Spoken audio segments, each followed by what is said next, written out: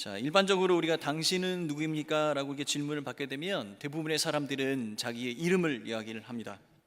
근데 우리는 이제 대부분의 사람들이 한자 이름을 가지고 있어서 그 이름의 뜻이 무엇인지 잘 알 수 있습니다. 그런데 우리가 그 이름을 부르다 보면 그 한자의 뜻과 함께 더 큰 그 사람에 대한 이미지와 느낌, 그런 감성들이 묻어져서 어떤 그 호칭 가운데에는 굉장히 큰 의미가 있는 것을 우리가 발견하게 됩니다. 그런데 우리가 생각하는 우리가 그 좋은 이름이 있음에도 불구하고 우리 교회 안에서는 이름보다는 그 가지고 있는 그 호칭을 많이 부르게 되죠. 누구 집사님, 장로님, 권사님 이렇게 많이 부르게 됩니다. 어제 그 대만에서 이제 장로님 두 분이 오셨잖아요. 그래서 제가 공항에 나가서 그분들을 이렇게 마중할 때였습니다. 네, 도착할 시간이 지났는데도 이렇게 한참을 안 나오셔서 굉장히 지루하게 기다리고 있는데 뒤에서 누가 저를 부릅니다. 목사님. 그래서 순간 제가 딱 돌아봤죠. 그랬더니 어떤 여성분이 다른 어떤 목사님인지 그분과 얘기를 하고 있는 겁니다. 그런데 이상하게도 제가 돌아보는 그 순간에 그분을 돌아보는 분이 두 분이나 더 계셨습니다. 그 자리에 최소한 4명의 목사가 있었던 것 같습니다.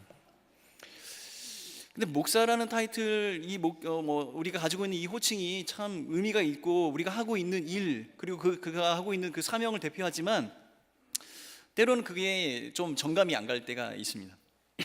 우리가 가지고 있는 그 이름 속에 그 큰 의미와 함께 우리가 가지고 있는 그 느낌, 그 감성이 그 호칭으로는 다 묻어나지 않는 것 같습니다. 그래서 우리 옆에 계신 분들하고 한번 인사를 나눌 텐데요. 혹시 이름을 알고 계시면 누구누구 장로님, 누구누구 집사님, 누구누구 권사님 이름을 붙여서 호칭과 함께 이렇게 한번 인사를 해보겠습니다. 누구누구 장로님, 누구누구 권사님 축복하고 사랑합니다. 이렇게 한번 해보시면 좋겠습니다.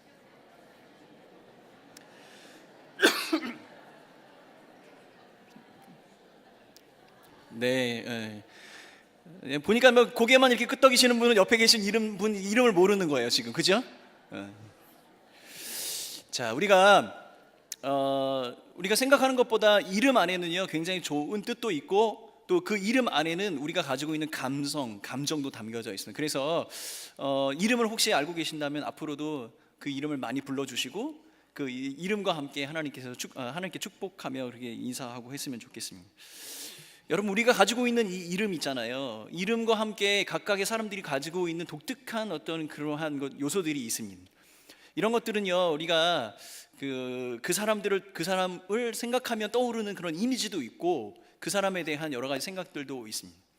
어떤 사람들은 그 이름과 함께 자기가 가지고 있는 여러 가지 그 경험 그리고 타이틀 이런 것으로 자기의 모습을 스스로 그려내는 사람들도 있습니다. 이것을 자기 정체성이라고 이야기합니다. 그런데 자기 정체성이라는 이 말 뜻과 좀 다르게 이런 정체성은 나 바깥에 있는 외부적인 어떤 요소로 결정되는 경우가 종종 있습니다. 이런 거죠. 내가 스스로 생각하는 나보다 여러분들이 저를 바라보고 있는 그 모습이 어쩌면 나를 대변하고 있다고 생각해서 그 모습을 쫓아가는 그런 경우가 종종 있게 됩니다. 간단한 또 예를 들자면 이런 거예요. 우리가 흔히 알고 있는 그 미운 오리 새끼 그 동화가 있잖아요. 알에서 태어나고 나니까 자기 주변에 있는 게 모두 다 오리였습니다. 그 오리와 같이 생각하고 오리와 같이 똑같이 하지 못해서 스스로 안타까워합니다. 나중에 알고 보니까 그 동물은 백조였다는 사실이죠.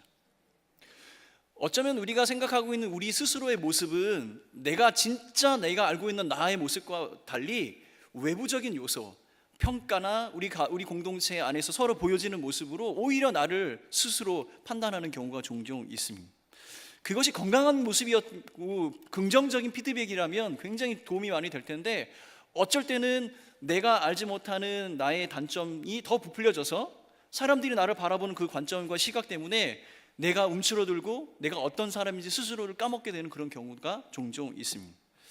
자, 그래서 오늘 우리가 읽었던 출애굽기 3장의 부르심을 받은 이 모세의 모습을 우리가 보면서 과연 우리는 그 부르심 앞에 어떠한 스스로의 정체성, 모습을 가지고 있어야 하는가에 대한 이야기를 좀 생각해 볼까 합니다.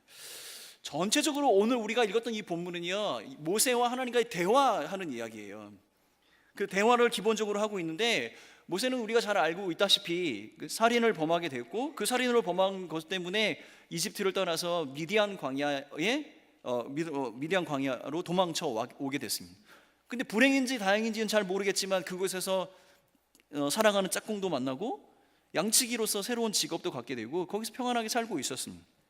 어느 날 그 양들을 몰고 서쪽 광야로 나아갔을 때 호렙산에 이르게 되고 호렙산에서 불타지 않는 떨기나무 속에서 하나님의 음성을 듣고 하나님을 만나게 됩니다. 그곳 가운데서 하나님께서는 자기가 가지고 계신 중요한 계획을 한 가지를 이야기를 합니다. 그 계획이 무엇이냐면 이스라엘 백성들, 이집트 땅에서 고통받고 있는 이스라엘 백성들을 구출해내기 위한 그 비전과 계획을 가지고 계십니다. 그 비전과 계획을 모세에게 설명을 하고 모세에게 이야기를 하고 계신 것이죠. 근데 그 비전과 그 계획에는 큰 문제가 하나 생겼습니다.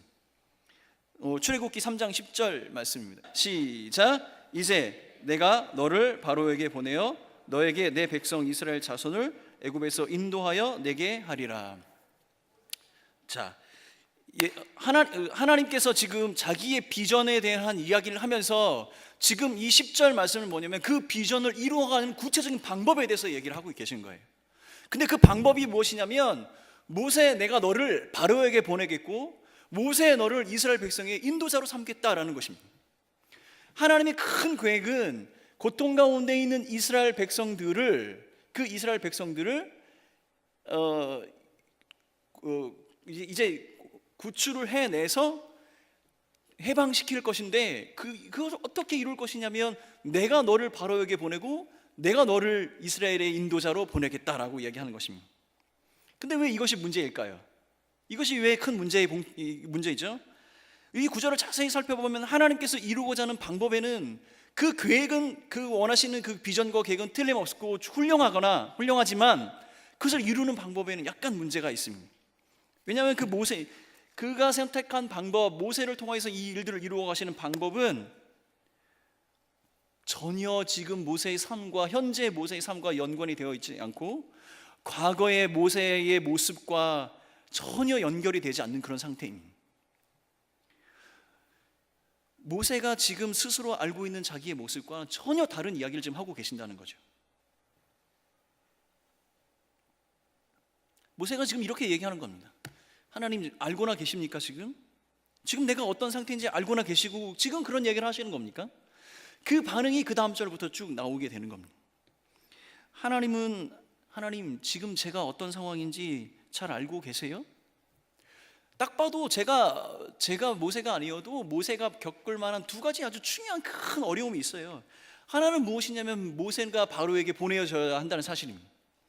우리가 잘 알고 있다시피 이 모세는 애굽 바로의 왕궁의 왕자로서 지냈지 않습니까? 근데 그가 사람을 죽이게 되고 그 죽은 사람 때문에 바로는 그 모세를 찾아서 죽이겠다라고 본문에 나와 있습니다. 지금 만약에 바로가 살아 있다면 모세가 그 바로에게 간다면 목숨을 걸 만한 도박 같은 일인 거죠. 어쩌면 현장에서 죽음을 당할 수도 있는 일인 거예요. 그러니 이 이야기를 들었던 모세는 이 이야기가 가당치도 않은 이야기가 되는 겁니다. 또 한 가지 모세가 부딪혀야 하는 중요한 문제는 무엇이냐면 그가 이스라엘의 인도자로 세움을 받아야 한다는 겁니다. 여러분, 그 사람을 죽이고 난 다음에 이스라엘 백성 가운데 다툼이 일어났습니다. 모세가 그들에게 찾아갔죠. 그랬더니 그 이스라엘 백성들이 뭐라고 얘기했습니까? 뭐라고 얘기했죠? 사람을 죽인 네가 어떻게 재판관 노릇을 하려고 하느냐? 세상의 모든 사람들이 다 알고 있는 그 사실을 모세만 모르고 있었어요. 내가 살인을 했고 내가 사람을 죽였다는 그 사실을 숨기고 싶었지만 세상의 모든 사람들이 다 알고 있었다는 것이죠. 근데 그가 돌아가서 그들의 인도자가 된다는 사실을 가능한 일이라고 생각하십니까? 모세는 지금 하나님의 그 부르심 앞에 하나님께서 그 계획을 이루어 가시는 중요한 방법을 자기를 통해서 그 일들을 하시겠다라고 생각했을 때 그가 가지고 있는 자신에 대한 생각은 불가능한 것이었어요. 이것은 나의 목숨과도 연관되는 일이었고 이 일이 자기에게 이루어지지 않았으면 좋겠다라고 분명히 생각했을 겁니다. 개인적으로 생각을 해보면 어쩌면 자기는 목숨을 잃을 만한 그런 일이기도 하고 어쩌면 모든 이스라엘 백성들이 지탄을 받을 만한 그런 자리에 서게 되는 것이죠. 절대 이 일이 일어나지 않았기를 간절히 소원하는 마음으로 하나님께 이야기했을 것입니다. 그 마음을 담아서 모세가 하나님께 질문을 합니다. 하나님, 정말로 저를 통해서 이 일을 하시겠다고요? 그러면서 모세가 하나님께 질문을 드립니다. 3장 11절 말씀입니다. 모세가 하나님께 아뢰되 내가 누구이기에 바로에게 가며 이스라엘 자손을 애굽에서 인도하러 내리까? 이 핵심 구절이 뭐죠? 이 구절의 핵심은 뭐예요? 내가 누구입니까? 그 질문이에요. 내가 누구입니까? 근데 이 질문을 꼭 조금 바꿔보면 이렇게 얘기하는 겁니다. 하나님, 도대체 당신은 내가 누군지 알구나, 그런 얘기하고 계시는 거예요? 제가 그런 일을 할 수 있다고요? 저에 대해서 조금만 더 알아보시고 그런 얘기를 좀 하시죠. 이런 얘기를 하고 있는 거예요. 모세는 지금 뭔가 좀 대단한 착각과 오해를 가운데 하나님은 계신다라고 모세는 생각을 하고 있는 거죠. 결론적으로 모세는 스스로가 생각을 하면 안 될 거야. 이 일이 어떻게 되지? 우리는 모세의 상황을 우리가 다 알고 있죠. 우리 성경을 읽어보면 모세가 왜 이런 지금 상황에 빠져 있는지 우리는 다 알고 있잖아요. 어쩌면 모세의 마음을 우리가 조금은 이해할 수 있을 것 같습니다. 만약에 저라도 가만 하나님께 그런 이야기를 했을 거예요. 어떻게 이 일들이 나를 통해서 이루어질 수 있다고 생각하시는가요? 근데 여러분, 이 질문, 내가 누구입니까? 라는 이 질문의 적당한 대답은 무엇이에요? 내가 누구입니까? 라는 이 질문의 적당한 대답은 너는 뭐야? 누구야? 라거나 혹 너는 이런 것을 할 수 있어? 라는 것이 적당한 대답 아닐까요? 근데 하나님께서도 오묘한 대답을 하십니다. 3장 12절 말씀, 3장 12절 앞부분만 제가 읽겠습니다. 3장 12절입니다. 하나님이 이르시되 내가 반드시 너와 함께 있으리라. 여기 11절의 말씀은 뭐예요? 하나님, 내가 누구세요? 하나님, 저 모르시잖아요. 하나님, 어떻게 그 일이 저를 통해서 이루어질 거라고 생각하시죠? 라는 그 질문에 하나님께서 이렇게 대답하시는 거죠. 내가 반드시 너와 함께 있으리라. 여러분, 이게 참 좋은 말이잖아요. 반드시 나와 함께 계신. 근데 이 의미는 참 좋지만 모세가 하는 그 질문에는 정답은 아니에요. 모세가 하는 그 질문의 정답은 모세, 너는 누구누구야? 아니면 너는 이런 것을 할 수 있어 라고 하는 것이 정답인데, 내가 너와 함께 한다는 이 애매모호하고 추상적인 대답이 과연 모세에게 위로가 됐을까요? 하나님께서는 이러한 대답을 하시는 이유가 있습니다. 이 하나님께서 이렇게 대답하신 그 마음속에는 하나님의 의도가 숨겨져 있는데, 모세가 가지고 있는 관점, 그 자신을 바라보고 있는 그 관점과 그 두려움을 이끌어내서 이 말을 하고 있는 이 사람이 누구인가에 대해 초점을 맞추기를 원하는 것이죠.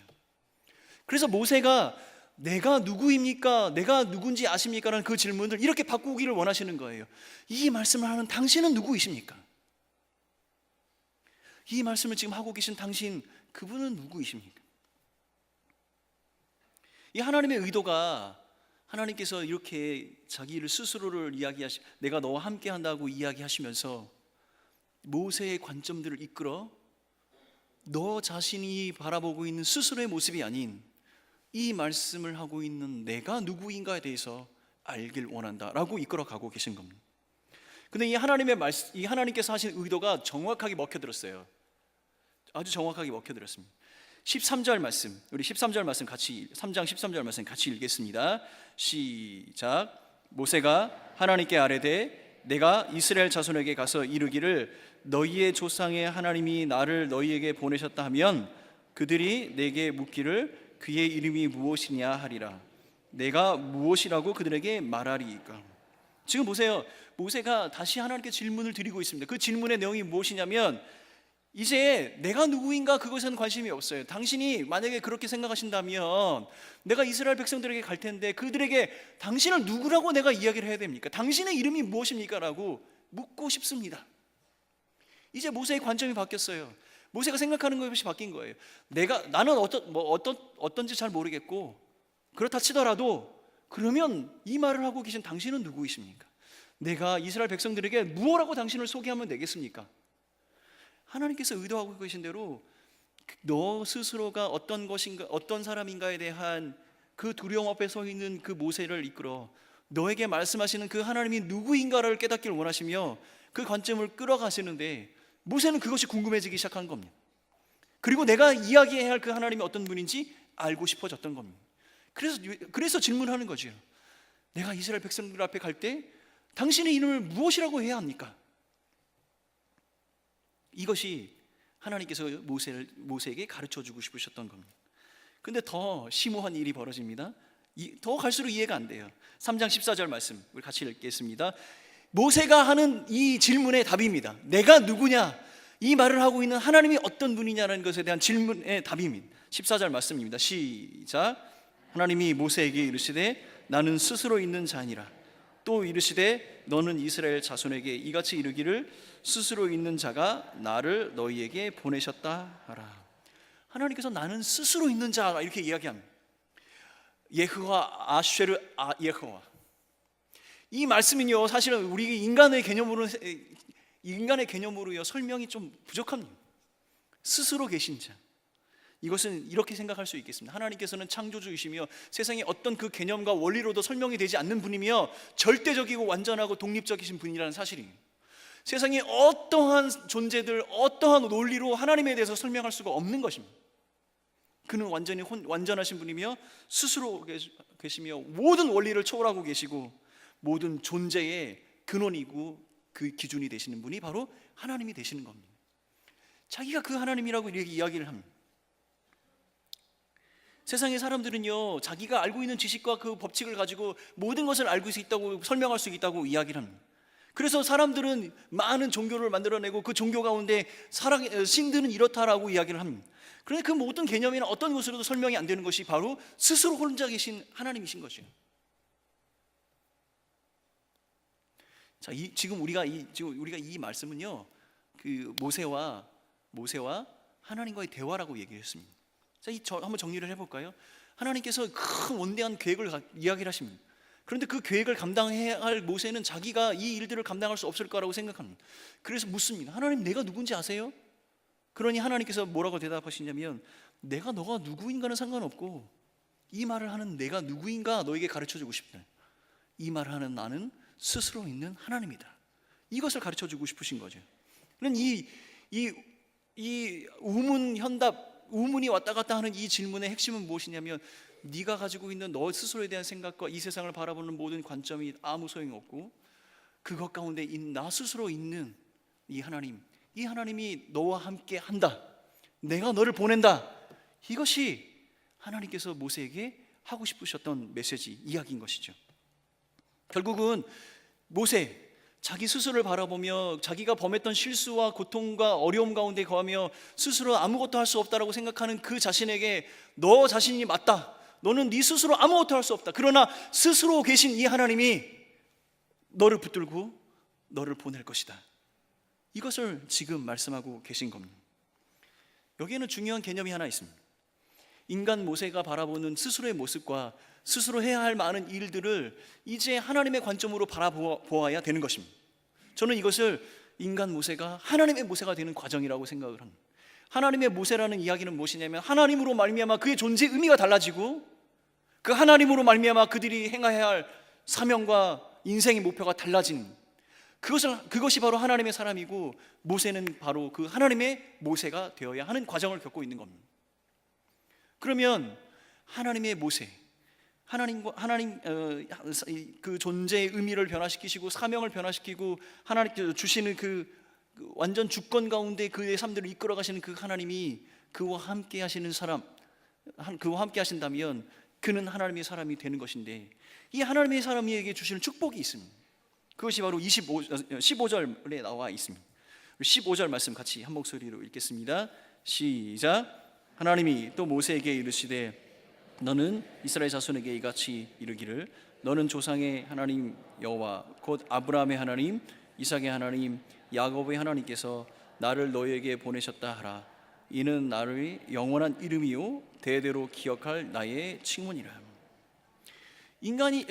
모세가 가지고 있는 자신이 해결할 수 없는 문제와 고통과 어려움 가운데 스스로 벗어날 수 없는 그런 상황 속에 빠져 있는 그 모세가 하나님으로 말미암아 그의 존재의 의미가 변화되어지고 주권적 하나님의 인도하심에 따라서 그의 사명과 그가 해야 할 일이 완전히 달라지게 됩니다.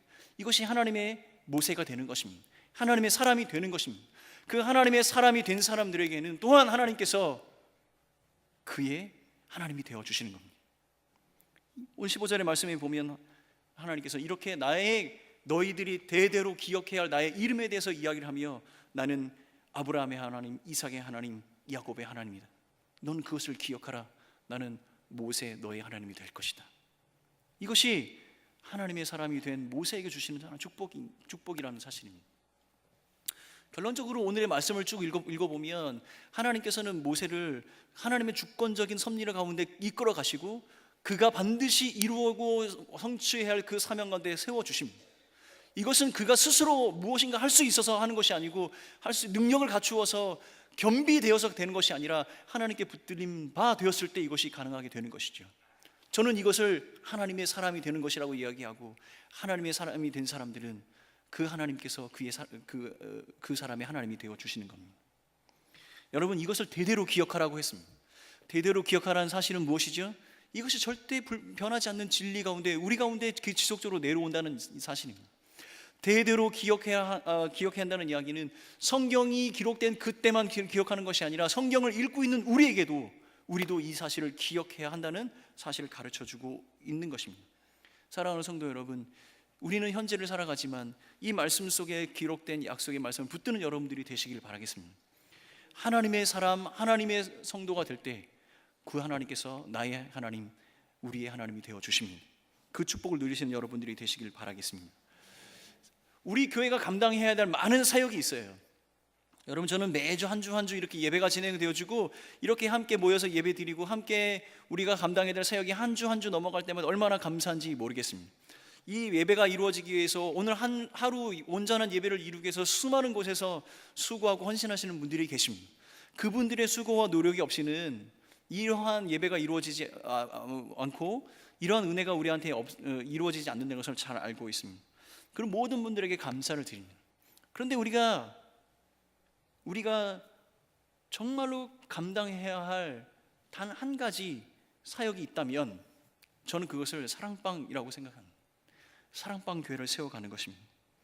세상에 제가 다른 것들을 다 제가 무시하는 것이 아닙니다. 다른 것도 소중하고 너무나 감사합니다. 그러나 우리가 사랑방 안에서 하나님께서 말씀하신 그 살아계신 증거의 말씀, 진리의 말씀을 선포하고 그 말씀으로 인하여서 우리 한 영혼들이 회복되어지고 주님의 은혜를 경험하게 되는 것, 그것이 또 큰 이 대예배 공동체로 함께하게 되는 것, 이것이야말로 우리가 감당해야 할 중요한 사명이고 사역이 아닐까 생각이 듭니다. 그런데 문제가 있어요. 제가 경험해보면 매 학기 시작할 때마다 이것이 우리에게 정말 중요한 사명이고 사역이라는 것을 알면서도 이것이 마음에 쉽게 와닿거나 쉽게 그것을 시작할 수 없는 우리의 마음이 있습니다. 항상 사랑방 예배를 준비하고 사랑방 개강을 준비할 때마다 우리 마음속에 드는 큰 부담감이 있어요. 왠지 모르겠어요. 우리 마음이 움츠러듭니다. 올해 이번 학기도 잘할 수 있을까? 잘 내가 기도하고 준비한다고 해서 사람들이 오지 않으면 어떻게 할까? 와서 또 나누는 이야기가 하나님께서 기뻐하지 않는 것, 또 하나님께서 우리에게서 우리 사랑방에 주시는 은혜가 아니면 은혜가 되지 않으면 어떨까? 수많은 두려움과 어려움들이 있습니다. 우리의 마음들을 움츠러들게 합니다. 사랑하는 성도 여러분, 사랑하는 섬김이 마을장 여러분, 혹시 아직도 내가 무엇인가 할 수 있다라고 생각하고 내가 무엇인가 해야 한다고 생각하고 있는 것 아닐까요? 우리의 사랑방을 하나님께 손에 드리고 하나님께서 주권적으로 그 사랑방을 이끌어 가시며 우리의 사랑방이 하나님의 사랑방이 될 때 그 사랑방에서 나누어지는 그 은혜가 더 크고 아름다울 것을 기억하는 여러분들이 되시길 바라겠습니다. 하나님께서는 스스로 계신 분이라고 얘기했습니다. 스스로 계신 분은 우리가 요청하지 않고 요청한다고 해서 따로 계시는 것이 아니라 어디에나 계시고 늘 함께 계십니다. 우리의 사랑방 가운데 계시고 홀로 그 사랑방을 위해서 기도하는 섬김의 그 기도 가운데 계시고 그 사랑방 가운데서 우리가 나누는 그 나눔 가운데 계십니다. 그렇다면 우리 하나님께 그 사랑방을 드리고 내가 짊어져야 할 그 부담과 스트레스, 그 마음을 하나님께 드릴 때 우리 하나님께서 그 마음들을 만지시고 어루만지시고 그 사랑방 가운데 하나님께서 역사하실 것을 우리는 그 기대하는 믿음으로 살아가야 되지 않겠습니까? 사랑하는 성도 여러분, 하나님의 사랑방이 되는 사랑방을 이끌어 가신 여러분들이 되시길 바라겠습니다. 사랑하는 선김이 여러분, 하나님의 선김이가 되시길 바라겠습니다. 여러분이 그 하나님의 사람이 되고 하나님의 선김이가 돼서 그 사랑방을 섬길 때 하나님께서 우리의 사랑방은 하나님의 사랑방이 될 것입니다. 그러한 축복과 은혜를 누리신 여러분들이 되시길 바라겠습니다. 여러분 대부분이 아마 여권 가지고 계시죠?